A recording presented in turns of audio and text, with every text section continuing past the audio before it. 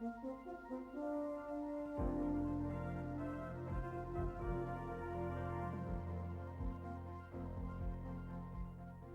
Africa's Mr. Boxing, built like a lightweight, stalking the fighters like a hungry panther, crouched and attentive, watching and waiting, pouncing into the fray, signaling the break, the ballerina of the ring.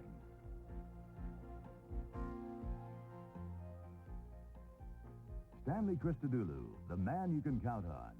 He's been compared to a conscientious objector in a gang of urban terrorists. Also, someone who skulks the ring like a ghost squad looking for bag snatchers. The king of no man's land, the boss.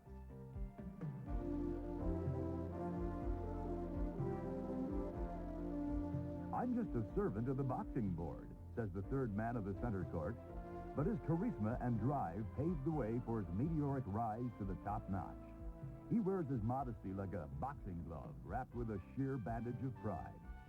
This roving diplomat of sport, executive director of the South African Boxing Board of Control, judge, world title referee, and spectator. We focus on this achiever, a heavyweight in every sense of the word. Firstly, I grew up in Brixton. My interest in boxing really started as a child. I found myself buying boxing magazines, newspapers. I followed the sport as a child, and followed that, I became an amateur boxer. I engaged in 12 amateur fights at club level. Nothing real special. I won all the bouts, and I sustained an injury to my right knuckle, as you can see. And as a result of this, obviously, I couldn't continue. Yet I still carried on, and I bought all the periodicals. I spent all my tickies and pennies on every magazine, and I did everything in my power to attend boxing tournaments wherever I could.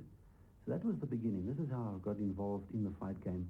And to be quite frank with you, it was as a survival measure, because in those early days, my parents being from Cypriot origin, I was regarded as an imposter in that particular area. And I found that boxing assisted me tremendously in street fights. And as a result of the foundation, I felt that boxing meant a lot to me, both physical, psychological, and in every respect. I got involved in judging and refereeing in 1963. I was invited as a guest to watch a boxing event at that time at Quaterma Civic Center in Springs. I accompanied certain officials, and Willie DeWill was amongst them as well. That particular evening, I was very impressed with the way the bouts were conducted, and there was another show the following evening in Standerton. I again went along as a guest, Willie DeWill and myself, and as fate should have it, the certain officials failed to make an appearance that evening. And the then chairman of the board, George Owen Davis, was very impressed to see me coming to outlying area like Standerton. And he asked me if I knew how to judge a bout, and I said, look, I've got some idea. I used to do a bit of amateur boxing.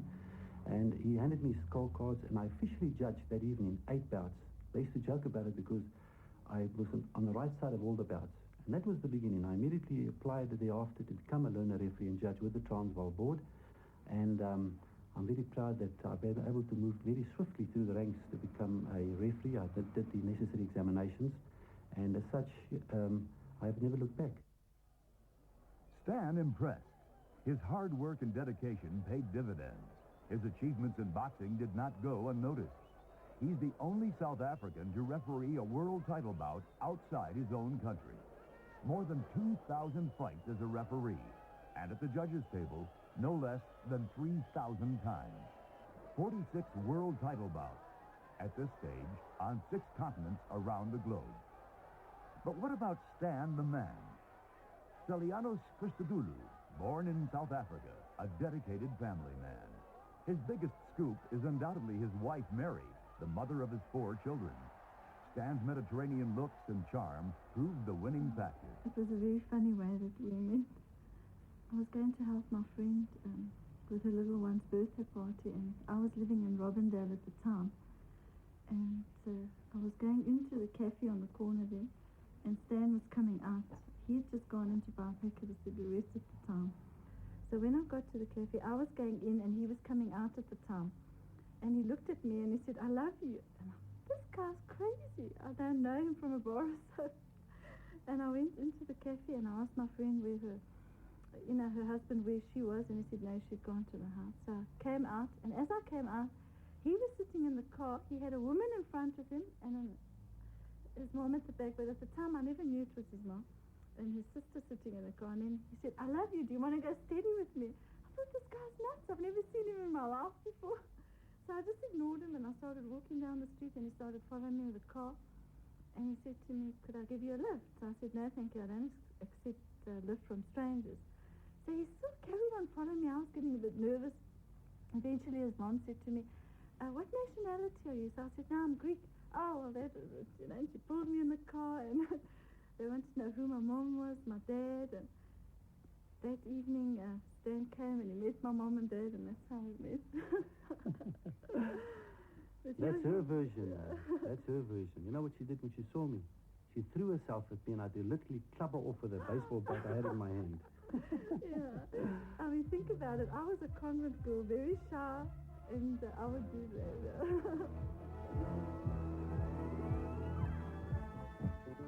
Our ringman shrugs off his celebrity status, but Cliff Graham, producer of the SABC's Late Night Live, says Stan has been one of his most vibrant guests. Quite a personality. Mr. Boxing. Good evening. The Executive Director of the South African Boxing Council. Boxing Control Board. Control Board. Do you control boxing? Yes. Is boxing a controlled sport? Absolutely. You must have had some fun in your life in the boxing ring. What was the funniest incident that ever happened to you? Well, one of the funniest incidents that has ever happened to me has been a fight that I did in Seoul, South Korea, in which there was an attempted bribe. You mean somebody actually tried to bribe you? Yes. Does that happen very often? It does happen, yes. Has anybody ever tried to hit you? I mean, you were a boxer once upon a time, I've been hit, yes. Have you? Sure. How quick are you? I'm fast. Are you very fast? I want to tell you something. We're going to see just how fast he is now. Well, I'll tell you what happened. I must be frank about this. Muhammad Ali is the fastest champion, heavyweight champion of all time. And he taught me something that is unbelievable. And I've mastered it. All right, Stan, we're going to call you bluff now. Let's call somebody from the audience who feels they're fast on their feet and can give Stan a quick wallop. Yes, come on, let's have this gentleman here.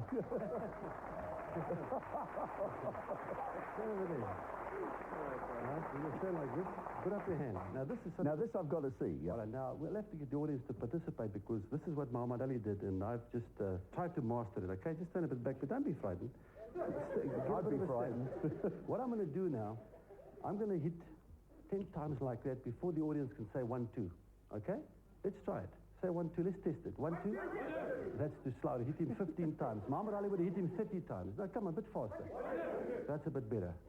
All right, now let's see. Now, would you believe this? Don't blink, because you blink, you're going to miss it.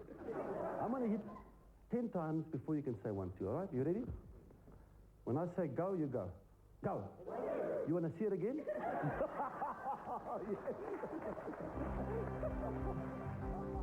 Stan Christodoulou is proud of a string of awards. In 1979, he was judged the best referee in the world by the World Boxing Association. An achievement award given by the House of Representatives in the United States of America. 79 seems to be his golden year, receiving the State President's Award. In 1985, the World Boxing Association Official of the Year Award, presented by the president of the WBA, Gilberto Mendoza. He has been the recipient of numerous merit awards. He's got a wonderful sense of humor. Makes you laugh a lot. And he's caring, he's loving, he's kind, and he gives a lot of time for his children too. I mean, he'll come home, he's tired, and you know, even when they were like little children, he'll still get on his knees and they used to jump on his back, and he used to give them rides on his back and wrestle with them on the ground and everything, you know. He wasn't home, he was away a lot, but he made up when he was home. Well, in the early days when I traveled extensively, I found that the only time I could devote to the family was when there was no boxing. So what I would do is give up all other sporting activities. I used to play golf, bowls, and various other sports. I felt that I couldn't share the other sporting activities and have a family life. As a result of that, I sacrificed playing golf so I could devote my time to my family. And they've grown fast. At the beginning, they were like small and like millies. They just shot up.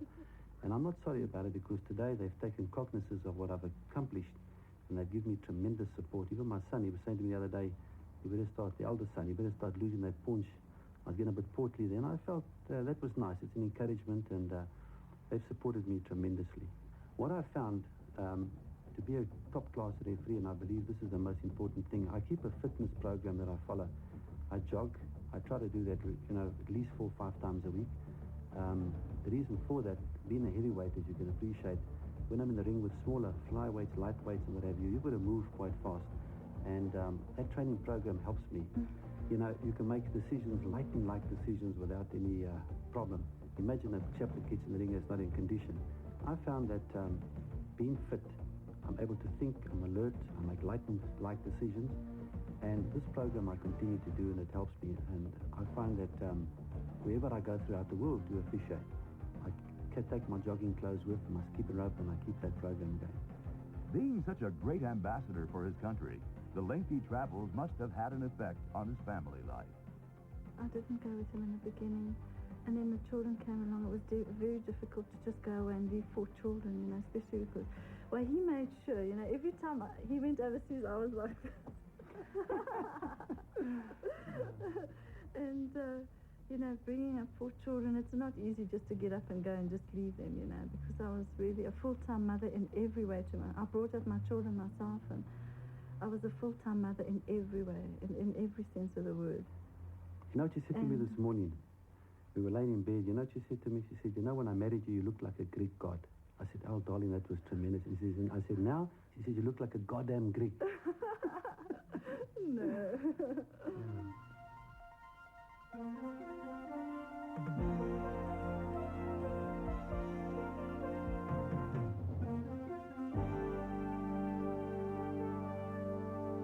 His first love is boxing, but he does have other hobbies like golf and that. He used to play golf, but now that the children are growing up and that they need him more at home, more time and attention, and he's given that up now.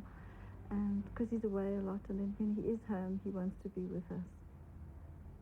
Yeah, I must say that at one stage I used to play regularly, and I felt that it was unfair to the family because they sacrifice a lot of time when I'm away overseas, and I felt that I can't share the golf with him, so I gave up playing golf. And we as a family like to watch videos, relax, go out on various picnics, and just socialize, and that we enjoy doing. Last year, my dad took us overseas, my sister and myself, and we really enjoyed it because my dad's been all over, so he knew the places, and it was incredible the way he took us all over, like it was South Africa. He knew the streets well, and he could take us all over the place, and people there knew him, even so far away from South Africa. People knew him, and knew him from the boxing and from traveling all over the world. Okay, I'm very proud of my father and his posts and everything because he has achieved a lot, and I've seen him on TV. I watch him and I get so happy to see him on TV, and all the things he's done on TV just makes me very proud of him.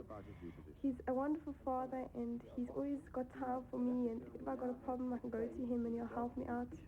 Well, I have had a few negative criticisms about my father, but I don't take it to heart because I know he's the best and that he knows what he's doing, and people can come and say that he's doing things wrong, and I'll just say, well, I think that he's doing right. Everything he's done is right, and he does what's best for the country, and he wouldn't do anything to harm the country and the boxers and that, and he's always right, and we just laugh it off and we wouldn't take it to heart and that. He's always been there for me, and I love him very much. There have been times when our friends have criticized my dad, but I know that his decisions are the right ones, and he's professional, so I believe in him. I believe he makes the right decisions. He's refereed many world title fights, and he's very young to have refereed so many fights in the world, and I'm proud of my dad.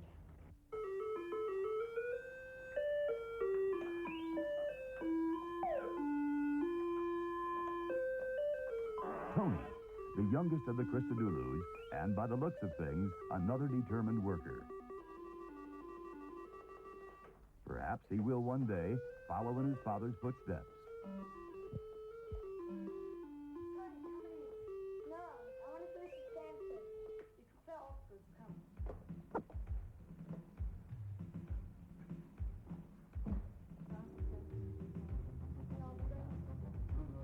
With 3 healthy boys and model daughter, who can blame Stan for nurturing such strong family ties? There's been no definite move for any of his sons to join a boxing camp, but the interest is growing. Theo, the eldest, seems to be the keenest, reading boxing books and magazines and making use of the punching bag in the garage. Mary and Stanley spend plenty of time with their children. Dad, according to the kids, is a symbol of perfection, a true example, even an inspiration.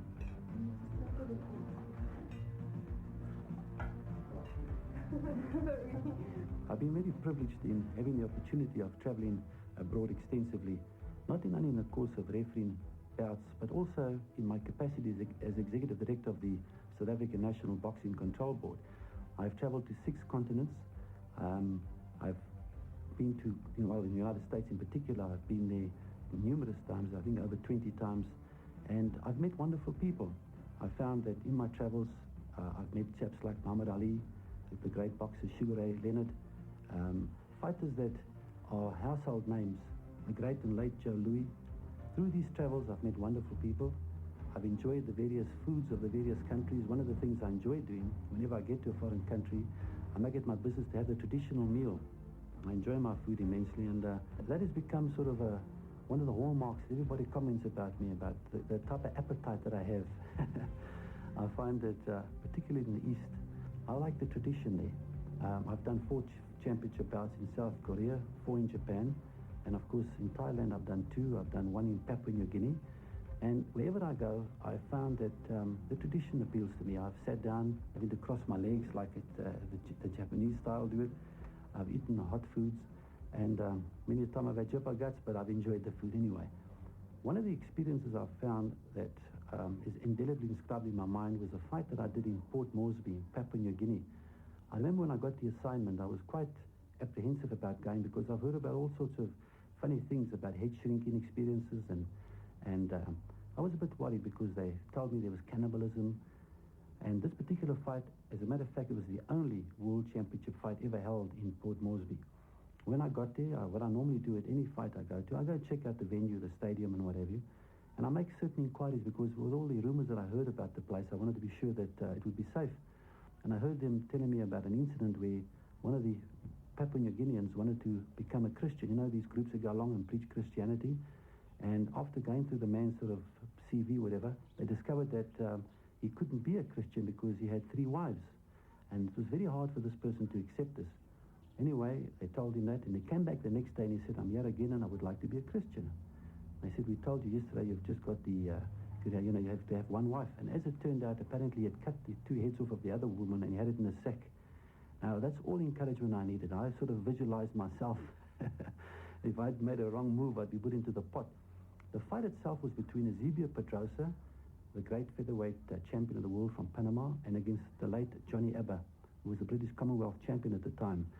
It was a tremendous fight while it lasted. This guy had tremendous heart. He put up a fantastic performance until the 11th round. I think it was the 11th round. What happened was he was taking a bit of a beating a couple of rounds prior to that, and through his own undoing, they were in a situation where he pulled back and he slipped, lost his balance, and fell through the middle strand of the rope and knocked the back of his nape of his neck on the ring apron, knocked himself out. But I can tell you, just prior to that, the crowd was so built up, I could feel that if anything went wrong, I'd be put into a pot. As a matter of fact, I could hear them playing those tom-toms in the jungle. That's what went through my mind immediately. But fortunately, as it turned out, through his own undoing and knocking himself out, I came back with my head intact. Another incident that I felt very proud of is the one fight that I did in South Korea. It was between Ricardo Cardona and Sung Chung Hung. It was a fight that was very controversial in that these 2 chaps had fought before, and it was, if I remember correctly, the headline said a black eye for boxing in Seoul, because there was a big riot. As it turned out, I got the rematch. Just to give a little bit of background about Seoul, they are in the habit of trying to bribe the officials. I use the word bribe because they tried that with me. There was an attempted bribe, and once they couldn't succeed, let me give you the background. When I got to Seoul, okay, at that stage in 79, I think it was, they had a curfew as well. At a certain time, everybody had to be off the streets. And the promoter said that the officials had to be downstairs at 9 o'clock. They were taking us out to dinner. Fine, we all met in the lobby. We went out to a place called the Jingxing House. At that time, I wasn't aware of what this meant. I was very impressed when I got to the place because it was a very, very beautiful setup. It was a place that had beautiful lounge chairs, and when we walked in, we had to take off our shoes. And there was a lady that accompanied each one. I thought, oh, this is fantastic, the tradition. Yeah, I felt that this is, as I say, I enjoy my meals, and I felt that this is a tradition of Seoul. Being the referee, obviously they picked the best woman for me, and she could speak English, and I sat down. She gave me a towel to wipe my hands. The next thing, when the beer came along, she picked up the beer, and she was actually virtually feeding me. I just sat there, and I thought, this is great. I didn't have to sit like, with my legs folded up. I was very comfortable. And when the soup came along, she would actually take it like this and blow, and I thought, my God, I must show my wife this. I mean, she treats me well, but not like this. And she was feeding me, and I tell you, the appetite I got, I sat there, and I just kept letting them bring the food, and I was just eating all the time. They couldn't get words in sideways the way I was enjoying my meals. And then suddenly happened, all the beers I was having, I had to go and shed a tear. So I asked her, how do I get to the men's room? And she said, let me take you. She came along with me, and she said, that's that place there. I said, is that the place? She said, yes, but she wanted to go. I said, take it easy, my dear. Don't go in with me. I can handle the little one by myself. But then I realized, hey, there's something wrong here. So I went back, and I said to the promoter, look, I have to get back. But the way it was working out, it was getting close to curfew time. The whole object of the exercise was to try and keep me there, obviously to sleep over the evening with the woman. I then said to him, I've got to get back. I've got to make certain calls to South Africa. And he said, fine, the woman is there for the evening. I said, wait a minute, I don't play in that team. He thought I meant something else, different strokes for different folks. He thought I needed, I said, not that. I just wanted nothing to do with it. And eventually I managed to maneuver my way back to the hotel. But that was the beginning. The next day, in the morning, let me say this, the day of the fight itself, there was a knock on the door. I just came out of the shower, and I opened up, and there were two Korean gentlemen with a parcel. And I let them in. The guy said to me, the one felt a bit uncomfortable. He said, could I use the bathroom? I said, yes, go ahead. That was simply to check out to see that I was alone. Came back, he said, there's a little gift, Korean jingding tea, whatever it was. And then he put his hand in his pocket, and he said, it's very important for Korea that this man win the title, and we have something we'd like to give you. He mentioned the amount of money. Well, I was furious. I went absolutely berserk. I took them, I whirled them both out of the room. I called the supervisor, and he said, I mustn't overreact. We know you. He said, you're one of our top men. He said, just file a report, and he says, let's go ahead. Well, giving you the background, you can imagine the situation I was found in this particular fight. It was June, if I recall correctly, and it was the middle of their summer. It was hot, like unbelievable, and it was held in a gymnasium. They call them gymnasiums, where it can accommodate something like 8,000 people. The place was packed to the rafters. The promoter had deliberately turned off the air conditioning system, which I established afterwards because they wanted to obviously make sure the champion wasn't comfortable. And I found that this was one of the hardest fights that I have refereed. In that particular fight, I had to score as well. And the Korean was using foul tactics. He was trying to make out as though the other chap was doing it. I had my hands full, but coming into the end of the 10th round, I had to warn the Korean for certain infringements. Chief second got up there and came in there brandishing a large scissors with a sharp point.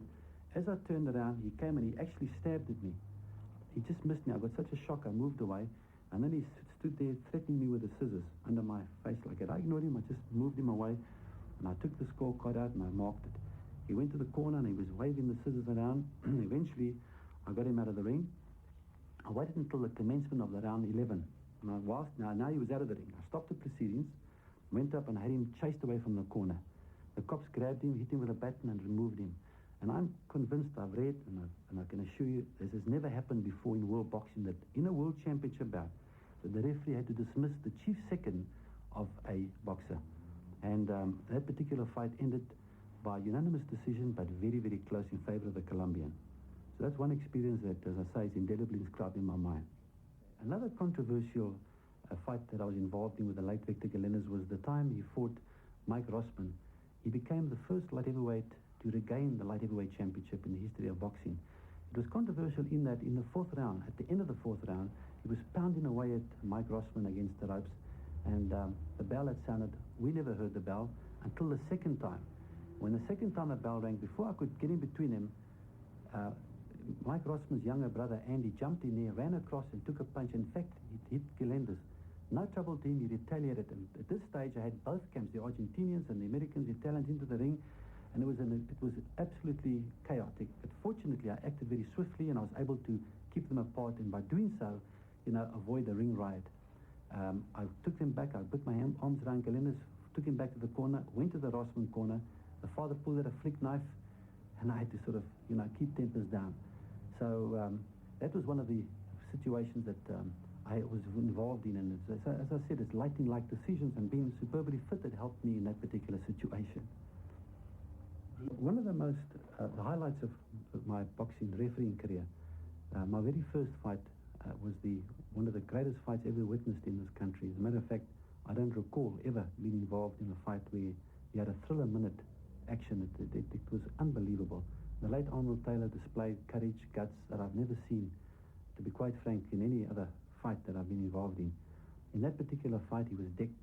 He got off the deck 3 times, and there was a lot of controversy because this one time he went down, the third time, a lot of people were of the opinion that he wasn't hit, and as a result, I should have disqualified him.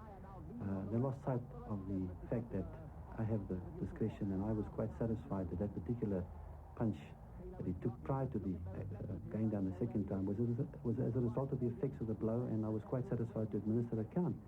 He came back, and of course, it's history now, knocked out Anaya in the 14th round to capture the bantamweight crown and bring South Africa the second championship in something like 23 years. I think Victor Weir was our first champion.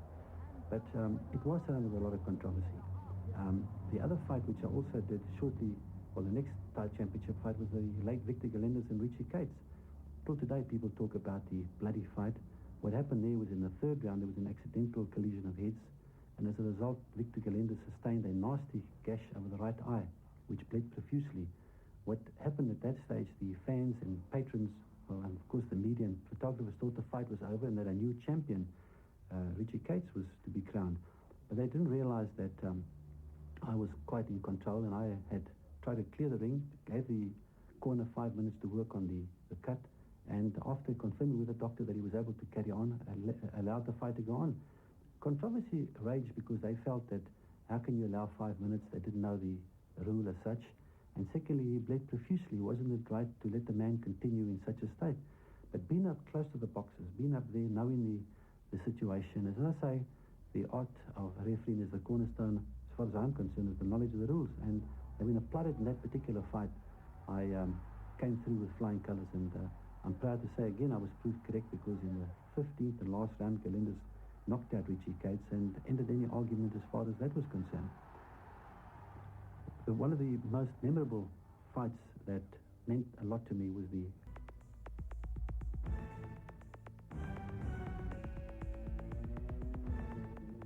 Some say he is too ambitious, arrogant, locked in the grip of his own awesome power. He doesn't interpret the rules, he makes them. I started as Secretary of the Transvaal and South African National Boxing Control Boards in 1970. And those positions I've held up till today, but the title has changed. I'm now the Executive Director of the boards. Obviously, in a position like that, you can appreciate that I'm always in the area where people take pot shots at me. I mean, you must appreciate my position involves dealing with promoters, managers, boxers, seconds, and you've got to use a lot of psychology with these various people, because boxing today has become a big, big industry. I found that by doing my job like I do in the ring, I call the shots as they are. I tell it like it really is or like it really was, and by doing that, I put people's noses out of joint. They're not happy with me, and of course, that has brought a lot of unpleasantness from people. But I like to roll with the punches, and as long as I do things correctly and rightly, that's what I'll carry on doing. I'm proud because we've accomplished a lot in this country, and I think the control of boxing is the best of its kind in the world. And my duties as such take the form that when people apply for promoters apply for boxers, obviously they want to make sure that the local lad wins. We also don't want to see the chap knocked off, so it's very difficult when the board has got to make a decision in relation to the quality of the opponent. But we have a situation where the promoter can get his way. They'll bring out a guy that they just got out of the mortuary. And I mean, when a mortuary are stiff, that they want to give a blood transfusion, electric shocks, and if you can have a fighting pose, they say that's the guy they want to bring in here. And when we say no, that's not the case, then I'm the man they shoot bullets at. And I've got to just watch and duck the bullets all the time. But that I can accept because I know by doing that, and although the board make the decisions, I take the flak. That I can accept. That's part of the job, and I'm prepared to take it. With all the flack he receives, we wondered if boxing ever gets to him. To be totally honest and frank with you, yes. I've had moments where I've been, let me be frank with you, deeply depressed because of certain things that have transpired. I believe the media, to a large extent, and I'm generalizing now, I'm not accusing anybody directly, have been very, very unfair and have criticized unjustly without really knowing the rules as such and without going into the facts as such. Today, to be a boxing writer, it appears that if you can type with 2 fingers, you can get the job. And it has been depressing because certain people, read all this rubbish, and of course, we become targets. And then there were times when the board was going through a very bad spell where they were looking at certain things in the control of boxing. I'm talking from a ministerial level, and I was a bit depressed because after putting in 27 years as a referee and 20 years now as the executive director of the board, my position was sort of threatened, and I didn't feel too comfortable about that. And when I come home at nights, I don't want to bring home the type of problems and share, with my family. I've got a beautiful wife, lovely 4 kids, and I enjoy their company very much. And I've had to, put my depression aside, not let it rub off on the family. But boxing has, made me feel at times that, how is it worth it? But I've persevered, and I believe, like anything in life, no matter what you do, you're going to have the ups and downs, and you've got to actually go with it. And thank the Lord, the things eventually turned around, and I must say that I'm glad that I went through that spell because it made me stronger, it made me more determined, it gave me better ideas, and I put in more effort into it, and as a result, I can just see the sky's the limit now. So sometimes you can turn a time where you're depressed and a time where you think that you won't see the end of the tunnel into if you think positively and you think with confidence and you have the prayers and you have the family support and an understanding wife and a person that's prepared to back you all the way, then you can handle anything. And I feel that is one of the sort of low moments of my career where I have had these hassles. Whatever the boxing fraternity or the public think, Stan is successful. He has learned to roll with the punches. To what does he contribute the success? Since 1973, when I commenced my career as a referee, I found the cornerstone of the art of refereeing is undoubtedly the understanding and knowledge of the rules and the application thereof. So the successes that that has been attributed to me as a referee as a result of the application of the rules, I've made it my business to study the rules and regulations, knowing the rules from A to Z and from Z to A. By doing that, you can find yourself in a situation like the Cates Galindez fight when you have to apply the 5-minute no-foul rule with the cuts. If you're in a situation you can't say, hold it, chap, stop, let me get the rule book and apply you act immediately, lightning fast, and you are able to be decisive. And this has been the secret of my success in relation to the rules and regulations. Also, I believe a good referee should be in good condition. I believe a fitness program is important for all referees. I have a program where I get up in the mornings regularly, at least 4 or 5 times a week. I get on the road, I do road work, I skip. I keep myself in reasonable trim. And by doing that, I find that when I'm in the ring, particularly with the smaller guys, I'm a heavyweight, you can imagine. I'm able to move faster and keep a very good eye and get in there and stop the fights when I have to do so. Also, it's important for a referee not to impede the progress of a fight. Very often you find, I have seen this on certain bouts in the United States, referees are trying to dominate the center court, and by doing so, they put more emphasis on themselves than on the boxers. And of course, that's when they slip up. I believe, and I apply this, I get in there and I believe that the fans don't pay to see the referee, but the boxers. And as such, I make sure that I'm away from the fighters, but I'm there when I have to call any particular foul. And that's basically, just in a nutshell, what I believe a referee should be doing.